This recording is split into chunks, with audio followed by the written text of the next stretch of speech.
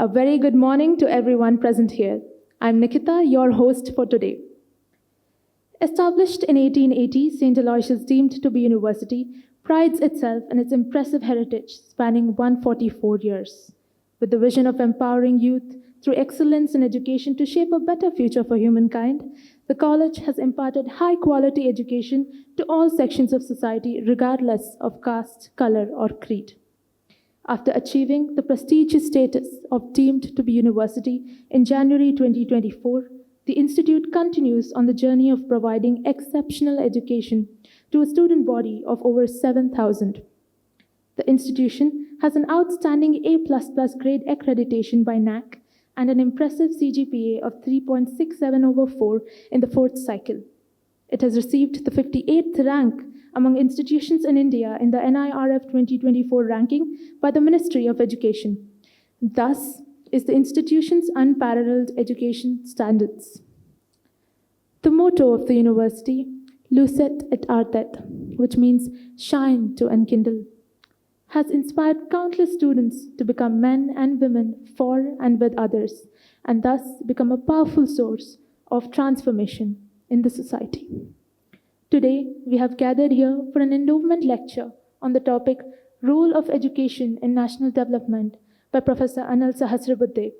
This endowment lecture aims to inspire students to align their personal growth and academic journey with the broader goals of societal progress, ethical responsibility, and global impact.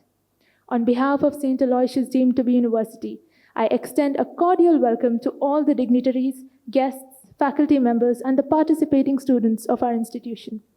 May today's event reflect in all its proceedings the high standards that St. Aloysius deemed to be university and its patrons set for themselves. With that note, let us begin the day by invoking gratitude and devotion. I request the college choir to lead us into prayer.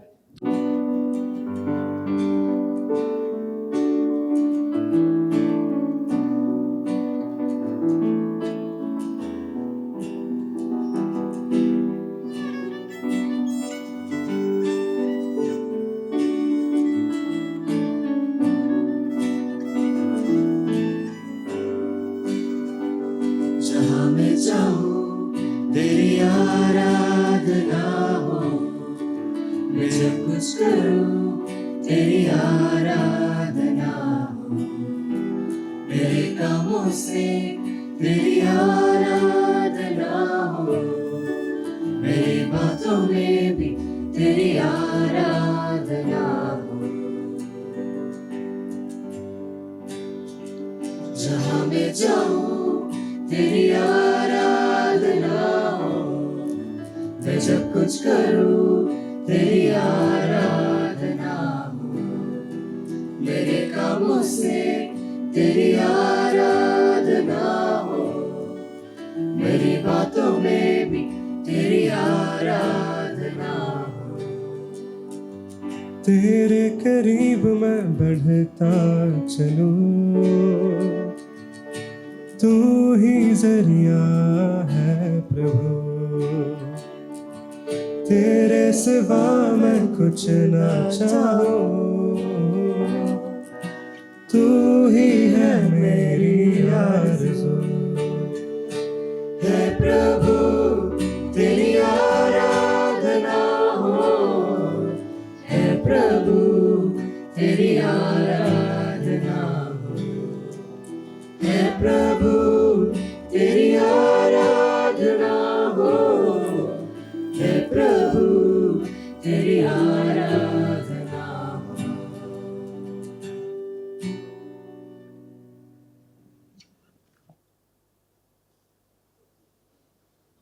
Our guests than by showing the rich traditions and talents of our homeland.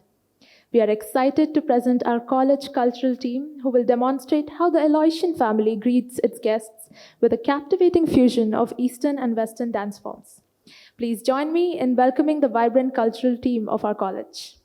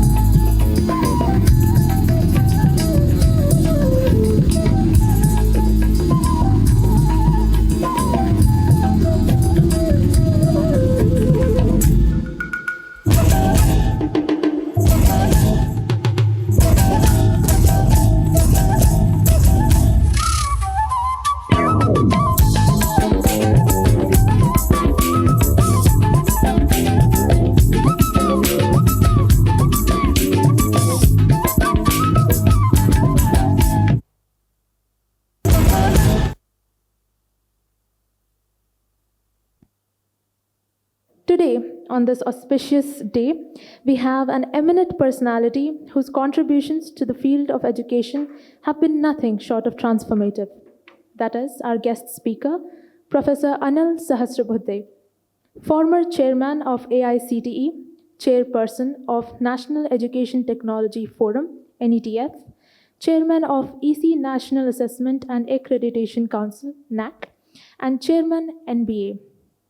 We also have amongst us Reverend Father Melvin Joseph Pinto, SJ, Pro-Chancellor, St. Aloysius deemed to be University, Reverend Dr. Praveen Martis, SJ, Vice Chancellor, St. Aloysius deemed to be University, Reverend Father Vishwas Miskit, SJ, Finance Officer of the University, Dr. Ronald Nazareth, Registrar, St. Aloysius deemed to be University, and Dr. Alvin Desa, Registrar, St. Aloysius College, Autonomous.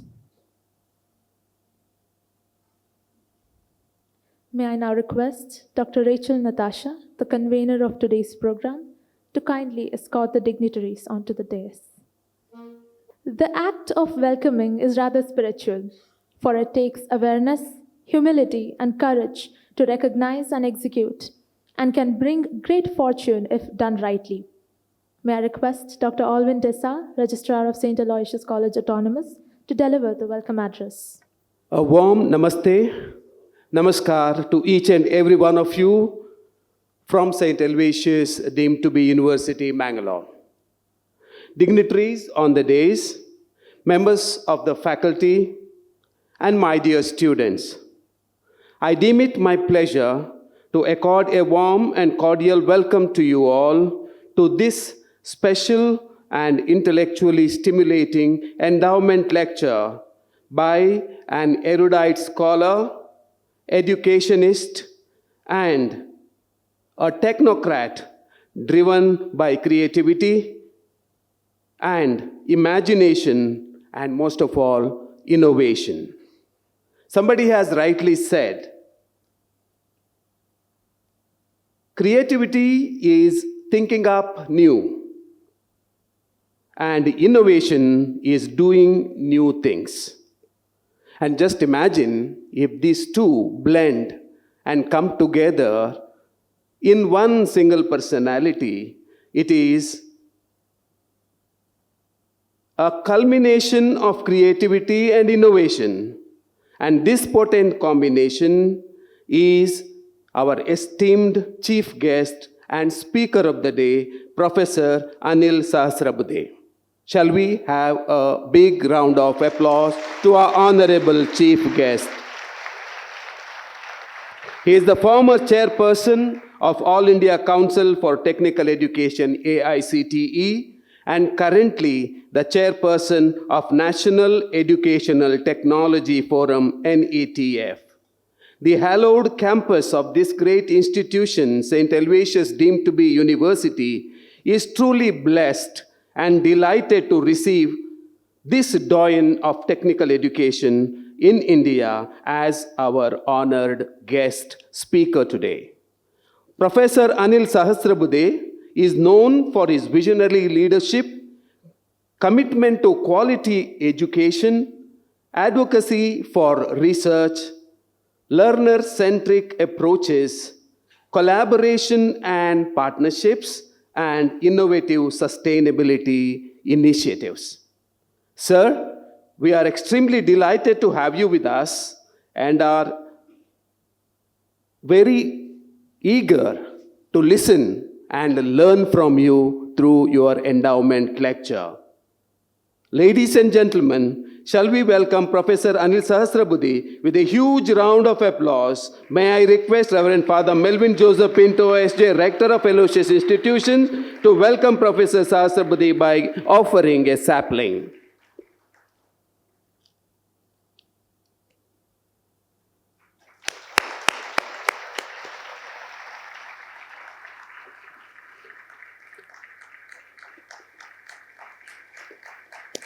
Let the applause go on. Thank you. We are lucky and blessed to have a leader with a difference at the helm of affairs as our rector of St. Aloysius Institutions, Mangalore, whose proactive accompaniment and support has facilitated the unprecedented growth and expansion of this university.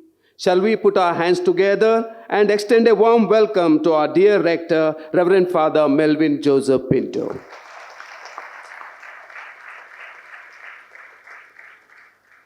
Dr. APJ Abdul Kalam described a dream as not a thing that you get in your sleep, but something that doesn't let you sleep.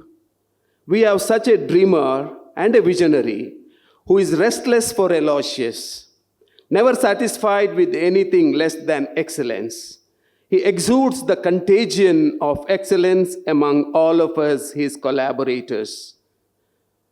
On behalf of all of you gathered here, I extend a warm welcome to our Honorable Vice Chancellor, Reverend Dr. Praveen Martis. A huge round of applause to him. With the elevation of the institution into a deemed to be university, we received a new, young, and efficient finance officer in the person of Reverend Father Vishwas Miskit, SJ, who, within a short span of time, has demonstrated special qualities of the head and the heart, like discipline, understanding, and fairness.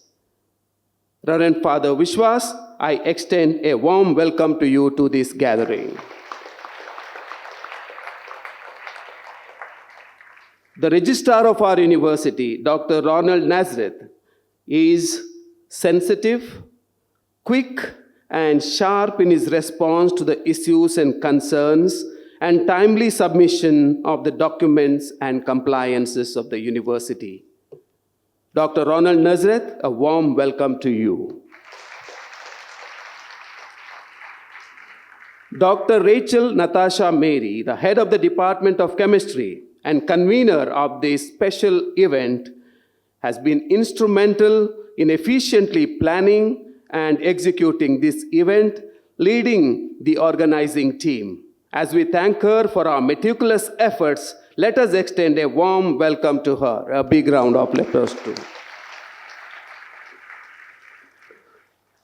And to you, my dear colleagues, the directors of various blocks, deans, heads of departments, members of the faculty, and the bright, curious, and enthusiastic student friends, media persons, alumni, and all stakeholders, a warm welcome to you to this endowment lecture. Let us have an engaging and enlightening time with Professor Anil Sahasrabuddhe and interact with him and take home a fund of knowledge and information for our growth. Thank you. Thank you so much. Thank you, sir. A very warm welcome to you too.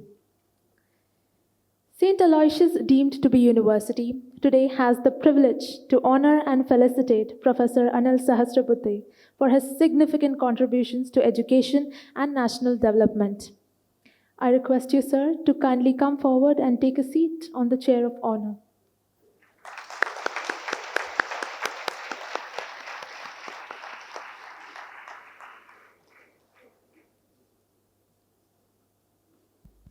May I now request Dr. Ronald Nazareth, Registrar, St. Aloysius, deemed to be university, to kindly come forward and read the citation for Professor.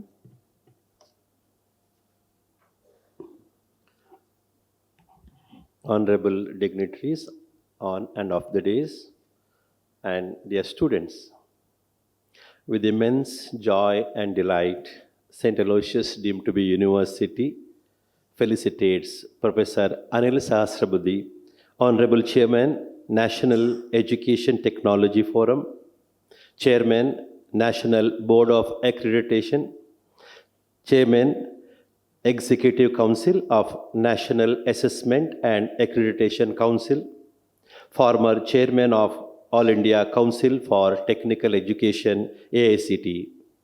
Citation: Most respected Professor Anil Sahasrabuddhe sir, the management, rector, vice chancellor, staff, students, and all stakeholders of St. Aloysius, deemed to be University, Mangaluru, have a great pleasure in receiving you in the hallowed portals of this institution with a long-standing educational legacy of 145 years. Visit of an educational luminary of your stature, blessed with knowledge, creativity, and innovation, has filled us with excitement. We deem it a privilege and acknowledge, recognize, and celebrate your contribution to the path-breaking innovation in higher education. You started your illustrious higher education career with a bachelor degree in mechanical engineering from Karnataka University in 1980, securing first rank and a gold medal.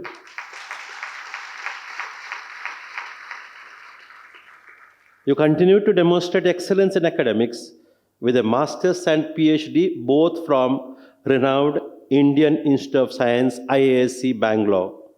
It is interesting to note that you had a short spells of working as a scientific officer in IISc and as an engineer trainee in Tata Consultancy Engineers before starting a career in newly established Northeastern Regional Institute of Science and Technology, Itanagar, Arunachal Pradesh, moving into another newly set up Indian Institute of Technology, IIT Guwahati.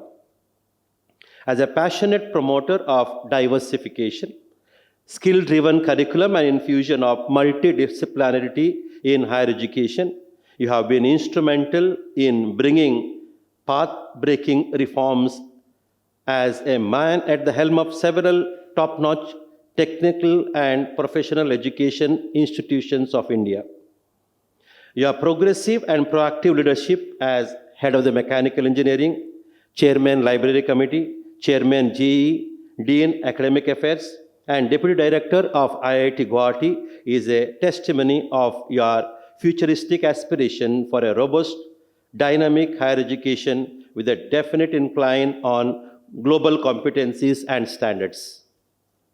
You have been an architect of definite reforms in technical education at AICTE, which include mandatory student induction internships, faculty certification, and Atal Faculty Development Program, creating the first ever India MOOC platform, Swayam. Examination reforms, innovation movement, series of hackathons, Indian knowledge system, and new funding schemes. Your commitment to basic aspirations of NEP 2020 and the firm belief that the policy is going to be a game changer with its focus on embedding skills and flexibility right from school education, multidisciplinarity in education, multiple entry exits, support to innovation and research, internationalization, establishing National Research Foundation, curriculum based on Indian ethos and values, multilingualism, and many other features that would result in transformational paradigm shift in educational landscape of the country and the globe. It is a matter of pride that currently you are heading National Education Technology Forum, the National Board of Accreditation NBA, and Executive Council of NAC as a chairman. You have been recipient of several recognitions and awards like Praj Intrapreneur Award, Jeevan Gaurav Puraskar, a Lifetime Achievement Award by MIT World Peace University, Mahatma Gandhi Leadership Award, John Mathai National Fellow Award, just to highlight a few of them. Dear sir, as we congratulate you and celebrate your distinctive accolades and achievement, we would like to thank you for your visit to our campus, a newly established deemed to be university. Your presence and inspirational interaction with our faculty and students would propel our institution with a new vigor and growth mindset. We wish and pray that your innovative ideas and proactive leadership lead our country in an accelerated growth trajectory.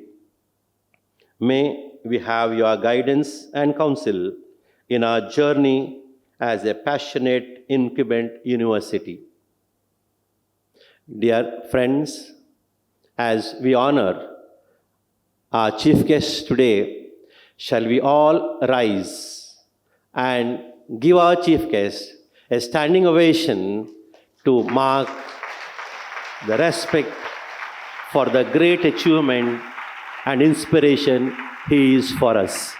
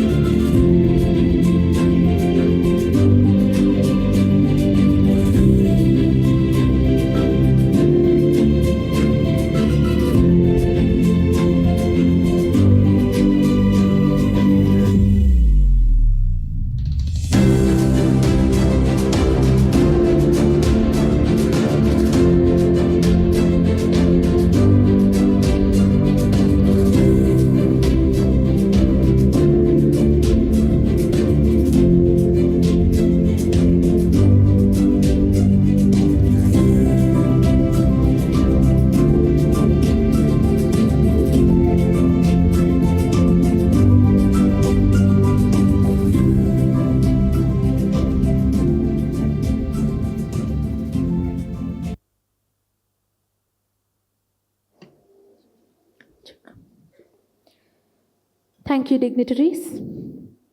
Education is the most powerful weapon which you can use to change the world, said Nelson Mandela.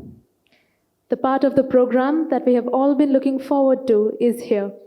We will now hear from Professor Anil Sahasrabuddhe, former chairman of AICTE, Sir, may I request you to please take over? ಎಲ್ಲರಿಗೂ ನಮಸ್ಕಾರ.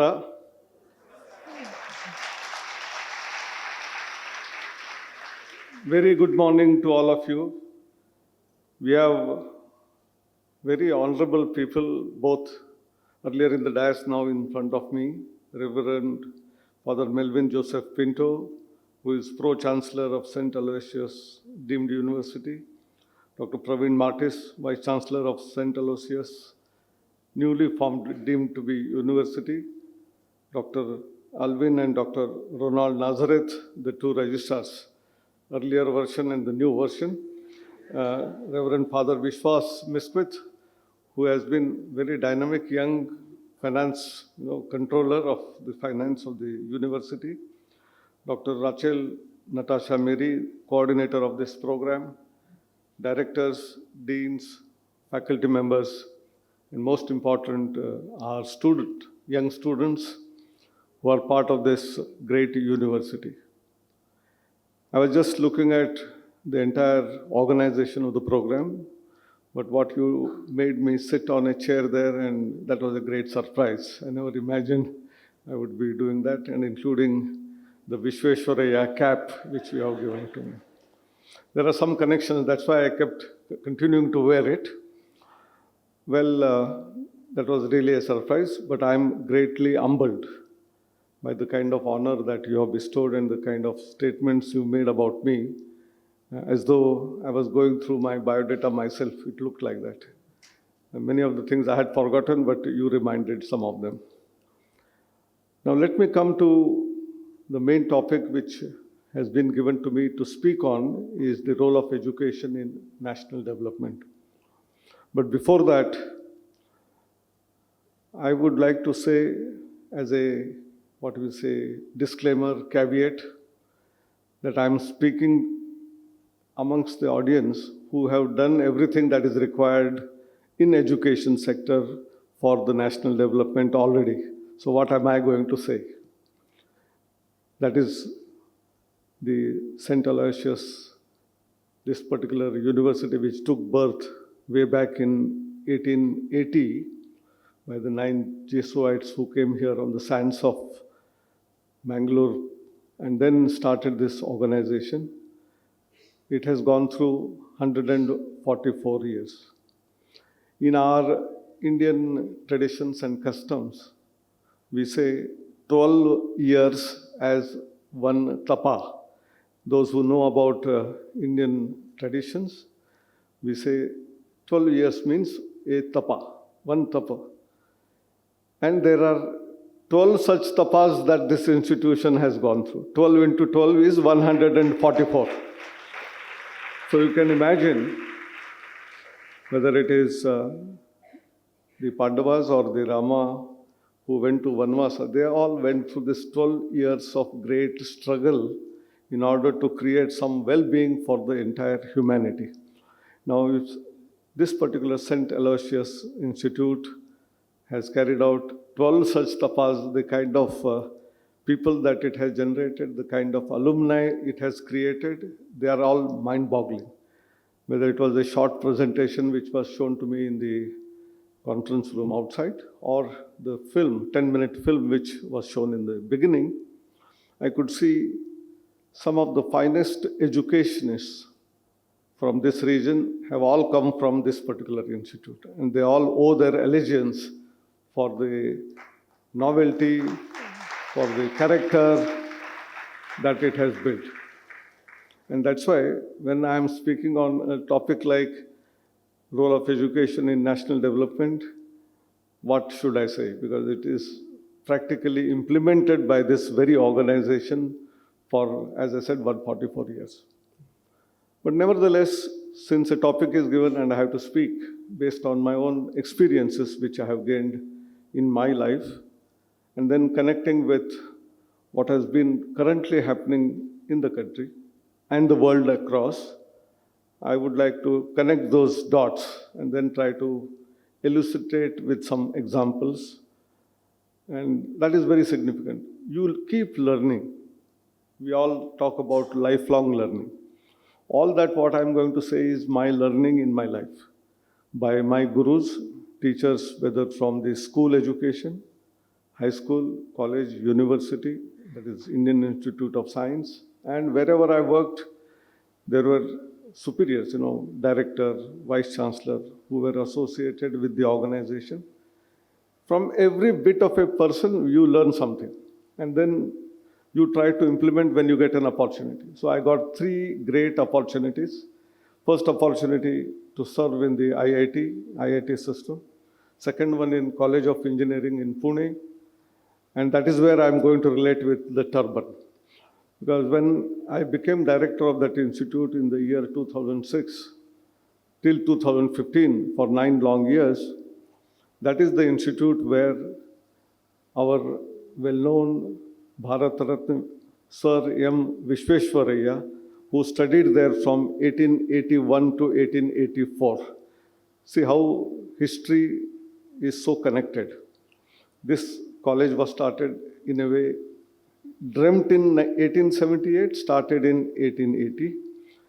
That institute was started in 1854, the second oldest engineering college in the country after Roorkee. And Vishweshwaraya studied there from 1881. See, 1880 this started, and he came from Mysore, from Karnataka to Pune to study in that college in 1881 to 84. And he is known to be one of the most honest engineers ever produced, most innovative engineers ever produced. One of them who always aspired for the development of the country, being the Diwan of Mysore province. What all he did was amazing, right? From, you imagine Mysore sandal soap factory, soap. You talk about the steel manufacturing, Bhadravati steel plant. The first ever hydroelectric plant which has not 50 hertz cycle, 40 hertz. 40 cycles per second is the electricity produced in that, and still it is being produced in this very state of Karnataka. The first bank, Mysore Bank. So you imagine, or the agriculture university. So education, development, all of that was carried forward by that one single individual, and rightly he was honored with Bharat Ratna, and he used to wear a pheta like this, so I said I will continue to wear till I speak on this particular dais. Second opportunity came when I went to All India Council for Technical Education as the chairman. It was in existence right from 1987, but the full-time chairman came from 1994 only.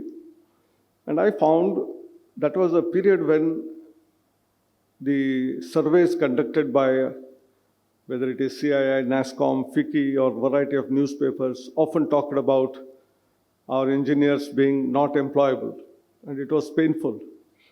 When one of the towering engineers, like what I said, Vishweshwaraya is one example, but from Pune there were 2 other great stalwart engineers who were created from that institute.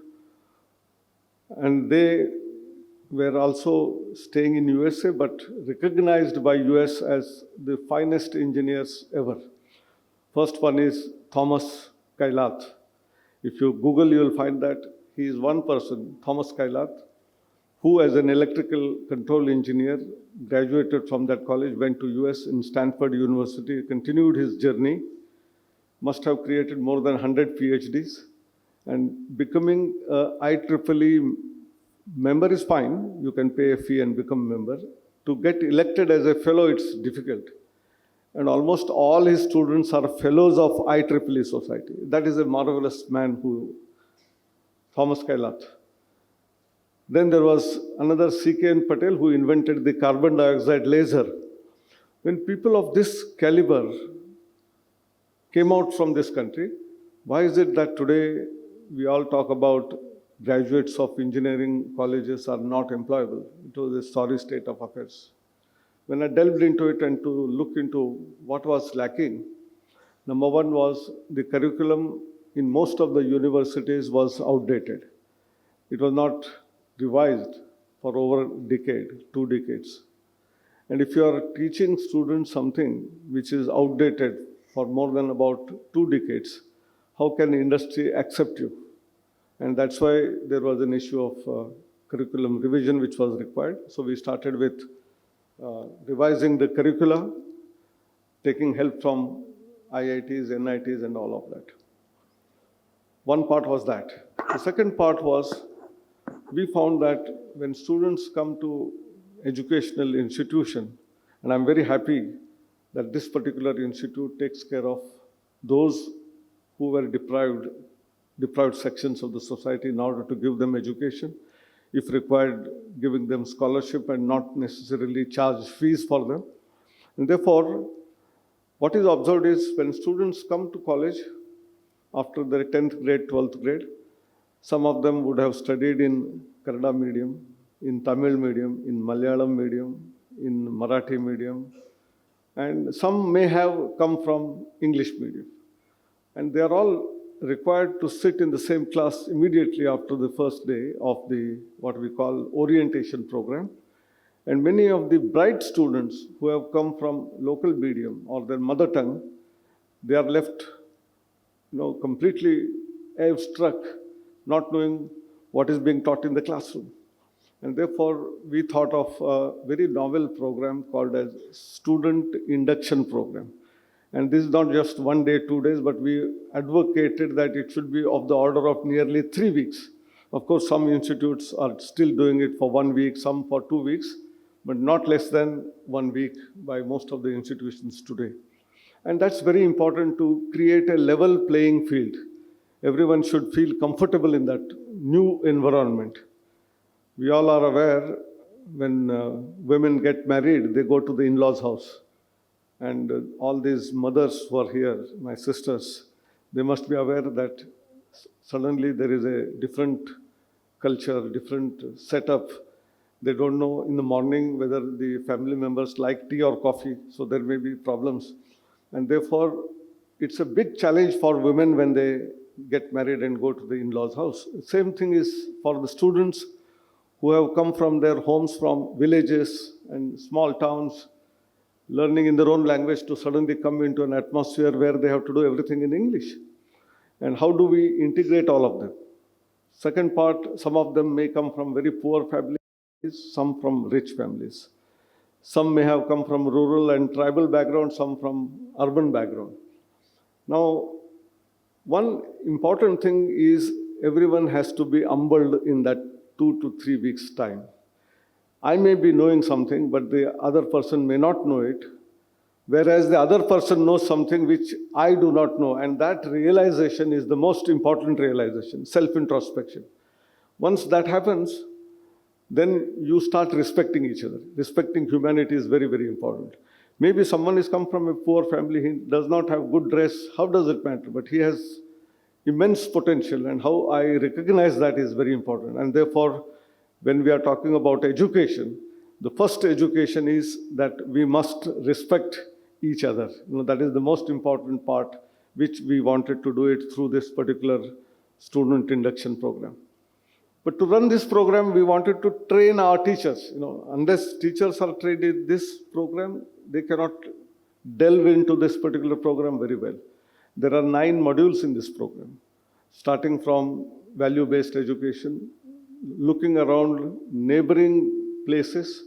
I'm very happy that this institute has a special program of immersion into maybe going to the slums, maybe going to a village, and actually experiencing the difficulties of those people so that I can solve those problems.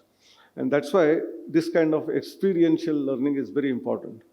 And that is where you start mingling with each other, collaborating with each other, understanding each other, and that will create a bonhomie, which will not only continue in the next 3 or 4 years of your graduation program, but beyond, in the whole of life. You become real, thick, fast friends, and that's very important. I'm sure here I saw your NCC is very powerful. The way some of those cadets go to Republic Day parade every year is itself a proof in that. And when they go for camps, when NSS students go for camps, maybe for just about 8 days, when you stay together, live together, I think that is where you start learning from each other and then appreciate each other. And that is what we wanted through this particular program. The third part was that of the practical aspects. In most of the colleges and universities, the curricula are all theoretical. You know how to derive the formulae, whether it is in physics, in mathematics, or in mechanical engineering or electronics engineering. You know the theory behind that, the scientists who invented it, all of that is fine. But where do you apply? How do you apply? Why do you apply? I think this application of knowledge is almost missing in almost all the curricula. It is also missing in our examination system. Please remember, right from our KG, nursery, to postgraduate education. I'm not talking about PhD because there is no question paper and answer book. You have to do something on your own original for research. But you go to a school, teachers teach our students A for apple, B for ball, C for cat. And unfortunately, if a child writes something else other than that for A or B or C, sometimes, and I'm not talking about Jesuit school here, but in many cases, the teachers grade them with low marks, saying that you don't know what was taught to the student in the class. And therefore, our innovative bent of mind is killed right from inception, right at the school stage. And that's why, how can we make our examination question papers really inquisitive? How we respect something new coming out from the students? Sometimes I have found in an IIT exam, a particular question is answered completely different way, but he got the right answer. Sometimes they are given 0 marks because it is not tallying with the model answer which was given by the examiner. I think, how do we promote innovation? And therefore, it is very important that our examination system needed to be reformed. And therefore, two things simultaneously: how do you inculcate our students into practical aspects? For that, internships are important. You may do a social internship, you work with an NGO, you work with an industry, small scale, large scale, even with a startup. In fact, students who go for internship in a startup learn more than in a big company like Infosys or TCS or Maruti Udyog Limited. Because there you will go into one particular discipline, whereas in a startup you have to do everything. You have to take care of finance, you have to take care of new product development, you have to do proof of concept, you have to also do marketing. So your cap which is fitting you is all in one. Whereas in a large industry, you may learn something, no doubt, but the holistic view will come from a small scale, medium scale, or if you go into a village and do your immersion program, you understand the challenges faced, whether it is in terms of clean drinking water, whether the power is there, how many hours power cut is there, that will not realize in a city, whereas you will realize what are the challenges there, whether internet is there, internet comes and goes or it remains. Our mobile will have sometimes signal, sometimes not there. So the problems which those people are facing, we will realize only when we go and experience that. And that is what we often call in our scriptures, Anubhava, Anubhuti. Anubhava and Anubhuti, these are two very powerful words. Anubhava is experience, first-hand you experience. Anubhuti is the learning that you get out of that, is Anubhuti. Then you become what we call sensitive to the issues, sensitive to the problems. Empathy is developed. All those characteristics which we want in human beings for the true development, they will all come through such kind of interactions and engagements. And that's why this is one important part. Examination reforms is another. Mandatory internship. I think there were several things which we did. But very importantly, in 2020, we have got the National Education Policy, Rashtriya Shiksha Niti. By the way, today is a Rashtriya Hindi Divas. Today is a language day of Hindi, our national language. And that's why sometimes in between I will speak in Hindi, so that we respect our language of Hindi. In between I will also speak in Kannada if you want. I can speak fluently in Kannada also. Marathi also, Assamese also if you want, someone wants to know in Assamese. But nevertheless, the important part ये है कि आज हिंदी दिवस होने के नाते कुछ चीज़ें हिंदी में बताना चाहूँगा।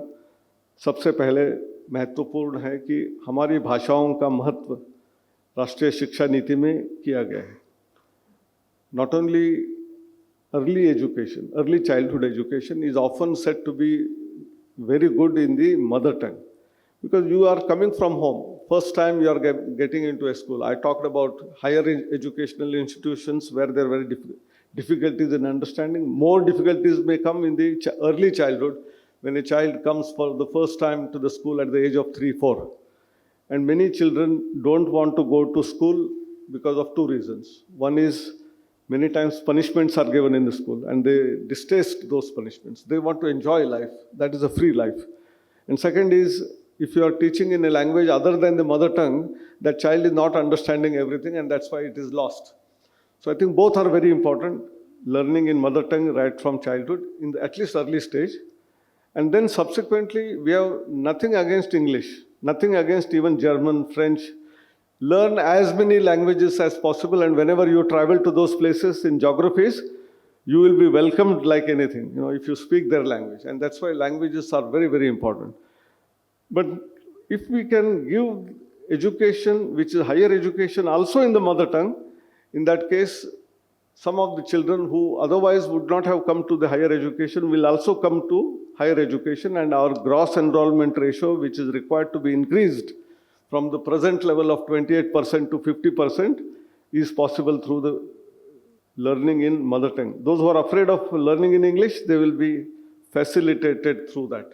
And that's why it is proposed in the national education policy that even higher education of engineering, management, or even medicine, law should also be provided in the respective mother tongue. There is no ban or there is no force that you don't do this or that. It is the freedom of choice is given to the individual student. And that's the most important part. Same is the case with number of electives. We all are aware that in most of the institutions, we have some X number of teachers for Y number of students. UGC, AICT all have a ratio, 1:20, 1:25, which is required. And therefore, if we have 1,000 students, naturally we will have a limited number of teachers. And maybe whatever students are interested, that subject expertise may not be there in our own college or university. There is a possibility. Today we are talking about artificial intelligence, machine learning, deep learning, robotics, blockchain, augmented reality, virtual reality. All these are so interesting and exciting that some of the students, even if they are not from engineering, a student of economics, a student of commerce may like to learn what is artificial intelligence, where is it to be used, how is it to be used. But we don't have teachers in that domain. Why do you deprive the students from not learning that subject? And that's why UGC, AICT, all of us have allowed up to 40% of the credits to be taken from any other source other than your own university. You may send your students in exchange to another institute for one semester, which you are doing in case of some US university or some European university. That is fine. Abroad also you can send, or you can send within the country also to some other institute through an MOU. Thereby your students will get what they wanted from out of that institute, some of those courses. But we can send large number of students because there is a limitation on the class size or the number of people who can go. And therefore also created a platform called Swayam, which is a massive online open course platform through which one can take courses of your choice from the best professors in the field. Maybe someone is interested in learning economics from Delhi School of Economics, you have that possibility. You want to learn psychology from JNU, you can do it. If you want to learn some course in engineering from IIT Madras, you can do it. I think that is the power of the technology which is available today, which is also to be made use of to the extent possible. And that's why all these various reforms which have come in place. I'm telling two very interesting initiatives which have been taken in the recent times, which are relevant both for students and teachers. One of them is giving a unique identity to every student. If the this university has already adopted, given this APAR ID to all the students. Earlier we used to call it as ABC ID, now we are calling it as APAR ID. APAR stands for Automated Permanent Academic Account Registry, APAAR.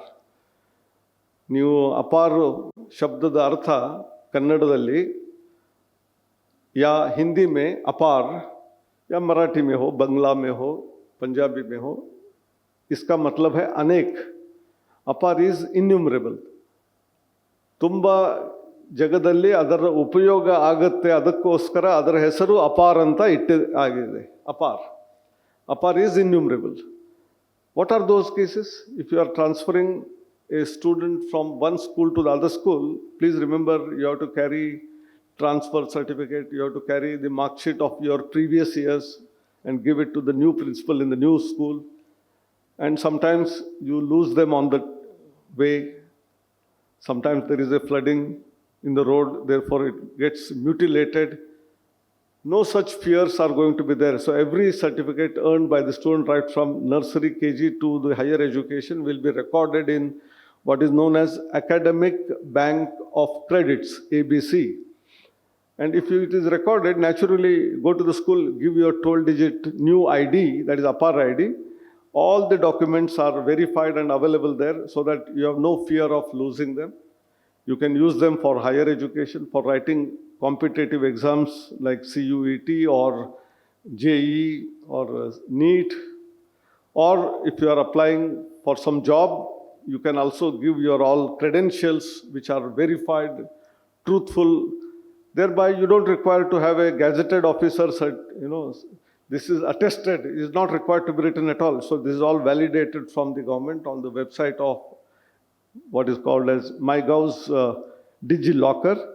And this is safe, and that's why it is not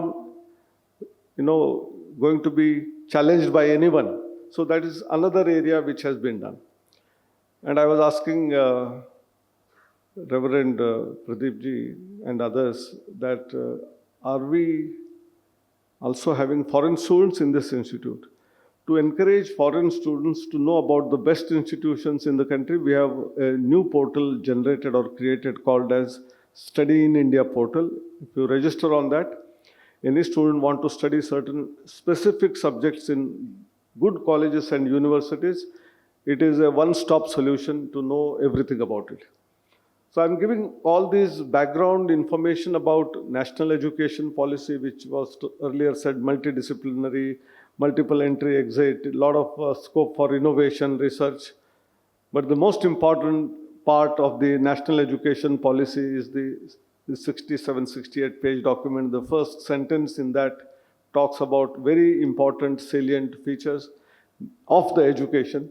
Education is for the holistic development of the individual. So education, it requires to do that. Holistic development of every student who joins your institution has to be taken care of. Secondly, it has to cater to the national development. Ultimate goal is to create the national development. And world citizenry is also important. That's why internationalization, understanding each other, they are all very important aspects of education. Now, if we have to take education as a benchmark, which is very important, even the person who was earlier carrying out introduction, etc., told it's a powerful weapon, whether by Nelson Mandela or Mahatma Gandhi ji or Abdul Kalam, they all said that education is a very powerful weapon which can be used in any way for good and bad purposes, and therefore those values have to be inculcated when students are still in our schools and colleges and universities, and they take it forward. And when I'm talking about national development, it is not just when we say national development, it's only national development, it is the entire universe development. And that is why I'm again coming to some of the ancient sayings from our Upanishads and Vedas, where we often talk about Vasudhaiva Kutumbakam, the world is one family. Today United Nations also says that the whole world is one family. But these were embedded in our shlokas. We also say Sarve Janaha Sukhino Bhavantu. Let the whole world be happy. We never say I should be happy. the whole world be happy. If the whole world is happy, I will also become happy. I am part of the whole world. I am not separate. And that is why the Advaita philosophy, which came from Kerala, from the Shankara, I think these are all very significant and important, which have to be understood with their deep meanings, and only then education will become meaningful. And that's why in education, how do we deal with all of this is very, very important. Now, the United Nations has been advocating two very significant things. One of them is 17 Sustainable Development Goals, SDGs. Look at all the 17 sustainable goals, right from alleviation of poverty, hunger, housing for everyone, water for everyone, electricity. You talk about all the facilities, they should be available for every citizen of this globe. And therefore, there is a challenge for the first world to help the third world countries in order to come up to the same level of development as that of the first world. It is not that if only US or Canada or UK or Australia or Japan get fully developed and the rest of the world is not, there will be strife, there will be wars, there will be problems, and therefore the whole world has to be taken care of. And that was our ancient philosophy itself. Sarve Janaha Sukhino Bhavantu was part of that exercise. And therefore, when we are doing all of these 17 sustainable goals, if you carefully see each of the goal, the most important goal is SDG 4, which is education. And that is connected indirectly with all of them. If you create people who are sensitive to these SDGs, through the education, they will follow them when they go into the job, whether it is in industry, whether as a teacher, whether it is an officer, whether it is an entrepreneur, whether working with an NGO, they will carry these values. And that's why educational institutions have a great role to play. Secondly, today the whole world is facing severe crisis in terms of environment. We are all talking about SDGs because of environment, concerns for environment. Should the planet remain as what it is, or should we go back to about 200, 300 years ago when oxygen was available in plenty and good quality everywhere?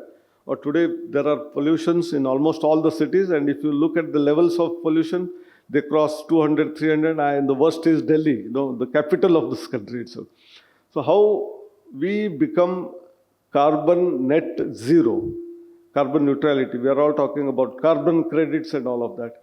And unless our campuses become the laboratories for all of that, unless we create our own energy through solar energy or wind energy, or we generate energy through the waste, a lot of, in the mess and hostel, there will be a lot of food waste which is there, or the bio waste which is there. Can we convert that into energy? Thereby, students will observe every day that our institute has been doing all of this. So wherever I go for a job, I should also follow that practice. So educational institutes are the first laboratories for net zero. Net zero carbon has to be started from the educational institution.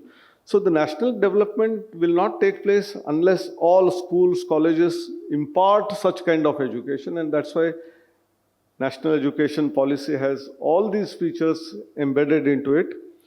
If we follow it in right earnest, take them forward, I'm sure national development is the automatic, what we call, we don't have to do any effort, it automatically happens. And that's why our worry should be how best quality education is imparted. And I'm very sure and confident that St. Aloysius, the kind of 12 tapas it has gone through, has been doing this enormous task for 144 years, and therefore they will continue to do it in the next tapa of 12 years as a deemed to be university, excel further from the rank of 58 to within 50, then within 50 to 40. I'm saying all of this because we as a nation also are doing that. For example, as far as the economy is concerned, when we say development, one of the features is the gross development, GDP, gross development product. And in terms of GDP, we were 10th largest economic power just about 10 years ago. We have come to 5th largest, displacing 5 superpowers. And in the next 2 years, we are going to displace 2 more, 100% guaranteed. We will become the third largest economy of the world after US and China. And maybe one of the words which is often used by the present Prime Minister Modi is Vikasit Bharat by 2047. When we celebrate our 100th year of independence, we should be fully developed country. When we say fully developed country, that means every citizen in the country should have enough food to eat, have good clothing, shelter, water, electricity, internet, you name it, transportation. All facilities which we enjoy in Bangalore should also be available in the remotest corner in Nagaland or in Manipur or Mizoram or Jammu Kashmir. If that happens, then only we call it as a Vikasit Bharat, not otherwise. Otherwise, we are still in a journey to Vikasit Bharat, and the next 25 years are going to be very, very crucial. And it is the educational institutions who can drive this agenda of Vikasit Bharat. Some of us who were sitting in the dais earlier, 25 years down the line, 2047, some may exist, some may not, we don't know. If we are lucky, we will survive to see that, but otherwise, the younger students who are sitting here, they are certainly at the helm of affairs. They will be the world leaders that time. And that's why your role is very important. And that journey has started as not just economic power, there was a lot of reference to innovation. We were 81st position 10 years back in the International Innovation Index. Today we have come to 40th position. Today we stand at 40. From 81 to 40, we have jumped 41 places. So it clearly shows the direction. The direction in which we are moving in innovation is certainly the right direction. But our country, with our huge population and the talent pool that we have, I'm sure why we should not be in the top 10 in the next 5-6 years. And that is possible. And so only that can be done by students who are sitting in the back benches here. They are the ones who can do it, not we in the front benches. Our term is already getting over. You know, like we are in the slog overs of the cricket match. You are in the front, first line, both batsmen and bowlers who are there, and who should be able to do all of that. My best wishes to all of you, St. Aloysius, both present students, faculty, and your alumni, to take it to the real great heights. And in turn, naturally, we will also develop our country, nation. With these few words, I stop at this, and I give opportunity for students to ask questions or suggestions, because suggestions are also important. Because what we are doing may not be correct. So you may give course correction guidelines to us also. We may be able to adopt them in order to become better. Thank you very much. Namaskar. Every life-shaping event here at St. Aloysius deemed to be university is incomplete without the guiding presence of our Vice-Chancellor, Reverend Dr. Praveen Martus SJ. I deem it my pleasure to call upon the Vice-Chancellor to kindly address the gathering. Respected Professor Anil Sahasrabuddhe, the former AICT chairman, and also the person who has inspired at this moment to all of us and in the helm of affairs of higher education in India, Reverend Father Melvin Joseph Pinto, the Pro-Chancellor of St. Aloysius deemed to be university, Reverend Father Vishwas Miskit, the Finance Officer of the university, Dr. Alvin Desa, the Registrar of St. Aloysius College Autonomous, Dr. Ronald Nazareth, the Registrar of St. Aloysius deemed to be university, Dr. Rachel Natasha Mary, the HOD of Chemistry Department, all the directors, the deans, and the heads of the departments, and the PhD students, and all the students of St. Aloysius deemed to be university. I feel today is a very auspicious moment for all of us to have with us Professor Anil Sahasrabuddhe. I met him a few months ago in Delhi. It was such a wonderful moment to meet such an extraordinary person. And he was so simple and humble and honest. I was so taken up by him. And when we met him for the second time also, we learned so many things from him. I said, why don't we have him at St. Aloysius so that all of us can interact and learn something more. I'm sure that has happened today, and we are extremely grateful to you, sir, for taking time out from your busy schedule and inspiring all of us. I'm sure this day, September 14th, 2024 will be remembered in all our minds, and surely we will strive from here and take it, as you said, 12 tapas, that another moment will begin from here for the next 12 from this year onwards, that we will make another difference in the society. As you took us through your understanding of higher education, we learned so much that we may make a huge change in the society, as you said, unless it happens from within. I think that is what came again and again from you. There's a passion and self-motivation.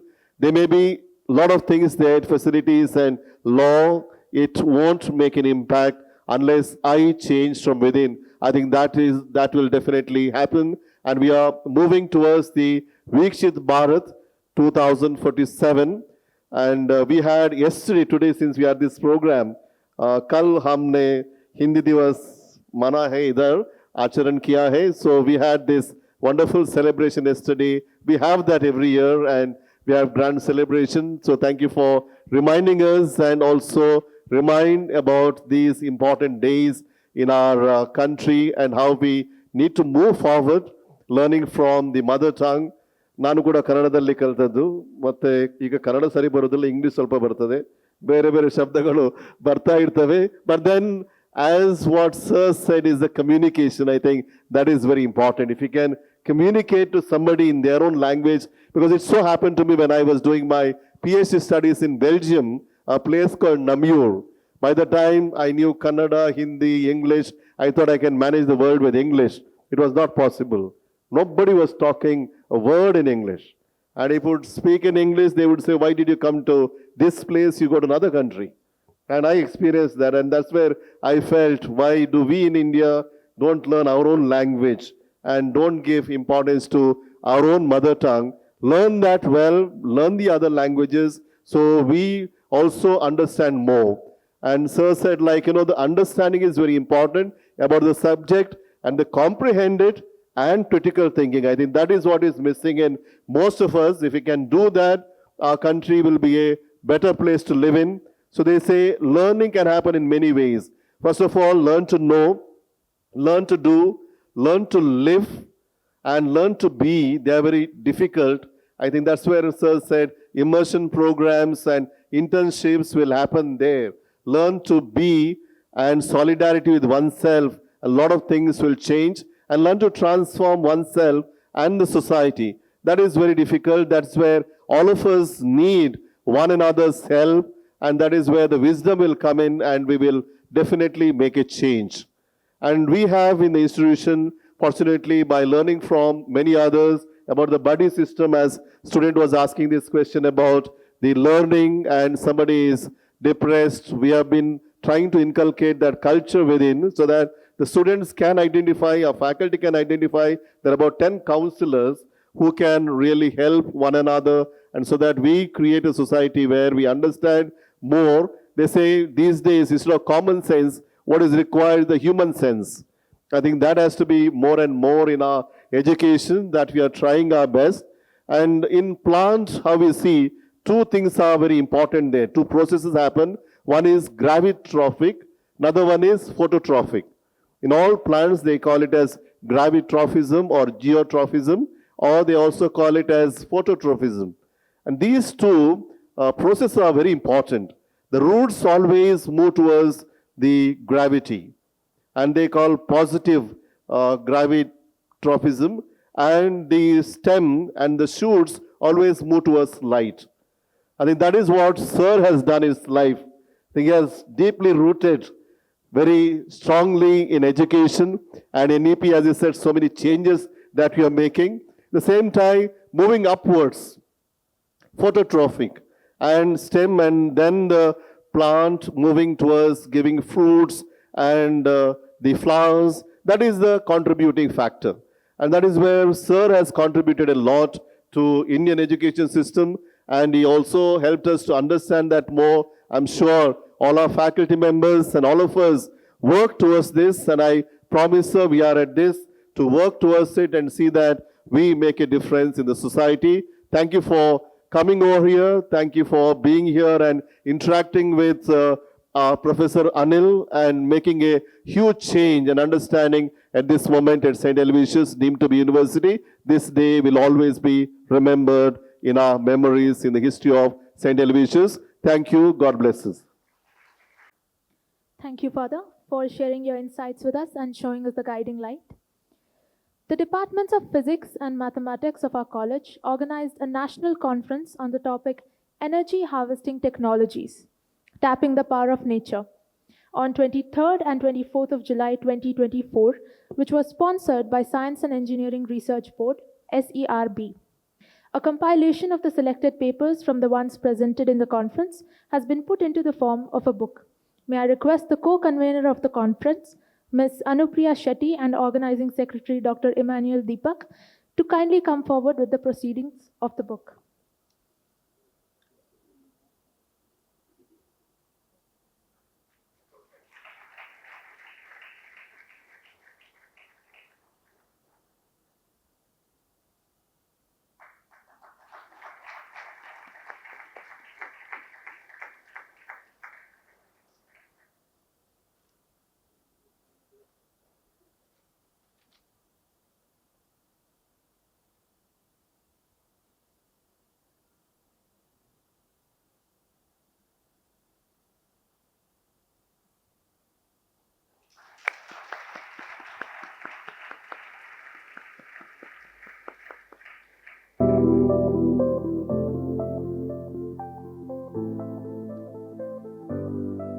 Thank you, dignitaries. May I now request Reverend Father Melvin Joseph Pinto SJ to share with us his insights. I request you, sir, to kindly take over. Good morning to you all. Professor Anil Sahasrabuddhe, guest today, Dr. Father Praveen Martis, the Vice Chancellor, Father Vishwas, Dr. Holwyn and Dr. Ronald Nazareth, Dr. Rachel Natasha Mary, the other members of the staff, and my dear students. It's already been said that this day will be remembered, especially because of this wonderful interaction that we had with Professor Anil Sahasrabuddhe. What I liked about him is his personality. Some months ago, when Father Praveen Martis came back home, came to our community, he told me, like he always does, whom he meets and so on, he likes to tell. And then he said, I met a very distinct personality. And he started describing the personality of Professor Sahasrabuddhe. So the first thing that you do is, who is this person? And I would like to know. So I started looking into the Google.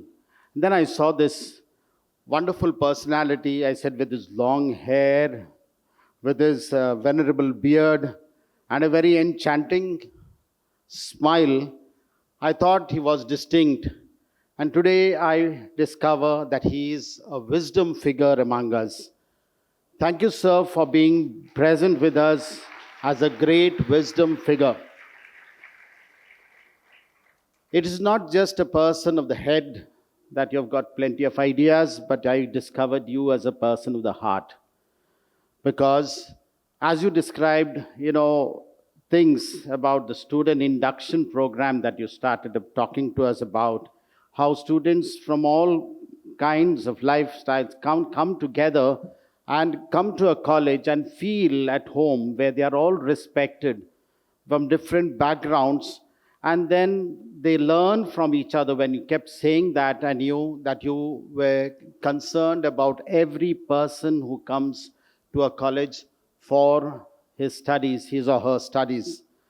The other point were about the Vikasit Bharat. When you were talking about, you said that Vikasit Bharat doesn't mean that just our GDP has grown and we've made strides in this world, But then it's important that also the poorest of the poor, whether he is in Nagaland or Kashmir or in the villages, in the remotest part of India, also feels that he has got opportunities, he or she have got the facilities, whether it is the internet or the phone or whatever, or the educational opportunities, everything is available to him or her. That, I suppose, is the quality of the heart that you have for everyone in this country, and especially the poor. Perhaps we need to look at it that India becomes really powerful when the per capita income of everyone, every family improves and comes to a level which can be matched with the world, the countries of the world. And that is something that you have made us think about. I'm sure many of these things which you have spoken about, you already gave a caveat before speaking, saying that many things are there in this institution. But we in this Jesuit institution always speak about something called magis. Magis is an Italian word, Latin word, which means the more. We have never satisfied with it when something, we just go on. There's nothing called best. We go beyond the best and keep going and keep improving.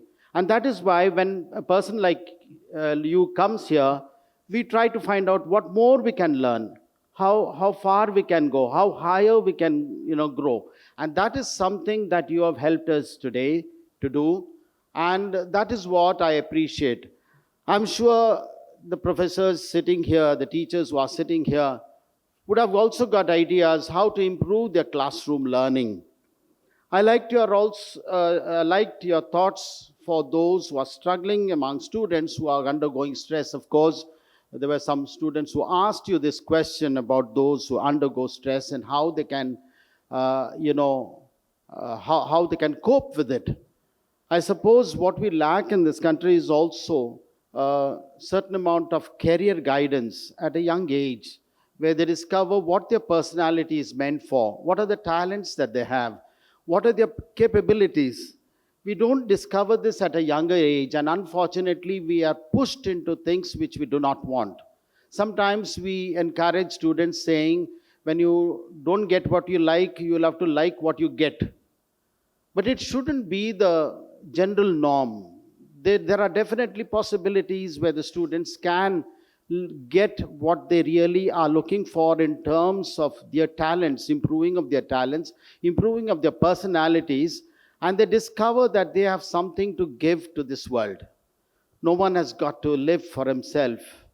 That is how we need to look at things, and I'm sure this university will provide a lot of opportunities for that, for your guidance, for making up your careers. At the same time, your careers not just for yourselves, but as we often keep telling you, becoming men and women for and with others. It should be taking everyone together with us, and then there will be definitely a national development, and as well as doing something for the entire humanity globally. Let that be our concern. Thank you, sir, for making us think. I suppose this will be just another way where we keep on moving towards progress. Thank you very much. God bless us all.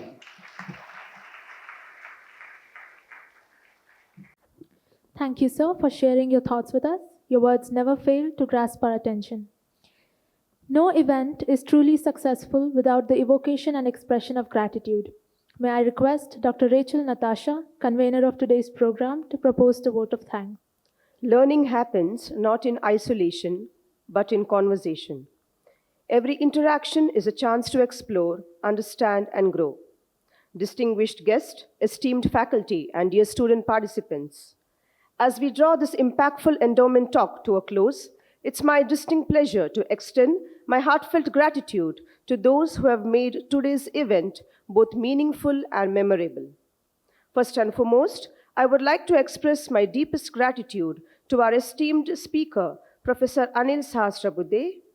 Sir, Your profound insights on the role of education in national development have truly resonated with us. Your expertise and visionary perspective have illuminated the crucial ways in which education shapes the future of our nation. Your talk has not only enriched our understanding, but also inspired us to reflect on how we can contribute to this vital cause. Thank you, dear sir. I extend my sincere thanks to Reverend Father Melvin Pinto S.J., the Pro-Chancellor of St. Aloysius deemed to be University. Your visionary leadership and unwavering support have been instrumental in the growth of our institution. Your commitment to advancing our institution's mission and fostering a conducive environment for intellectual growth is truly commendable. Thank you, Father. I'm thankful to our Vice Chancellor, Reverend Dr. Praveen Martis S.J. Your presence and participation not only honor us, but also underscore the importance of academic and institutional support in fostering meaningful dialogue on critical issues. Thank you, Father. My sincere thanks to our Finance Officer, Reverend Father Vishwas Miskit S.J., for your presence, guidance, and constant support in all our activities that have been a cornerstone in helping our university grow and flourish. Thank you, Father. I extend my heartfelt thanks to our registrars, Dr. Alvin Dessa and Dr. Ronald Nazareth, for your exceptional contributions to the university's progress and academic growth. We deeply value your dedication and commitment to advancing our academic environment. Thank you, dear sirs. My heartfelt gratitude to the Controller of Examinations, directors, deans, faculty members for your presence and participation. To our audience, both faculty members and student participants, thank you for your presence and engagement. Your participation has shown that learning is a two-way street, and it's through your involvement that we can create an environment where ideas thrive and knowledge flourishes. A note of gratitude to the MC, Ms. Nikita Pai, the choir team, the cultural team, and the press and media.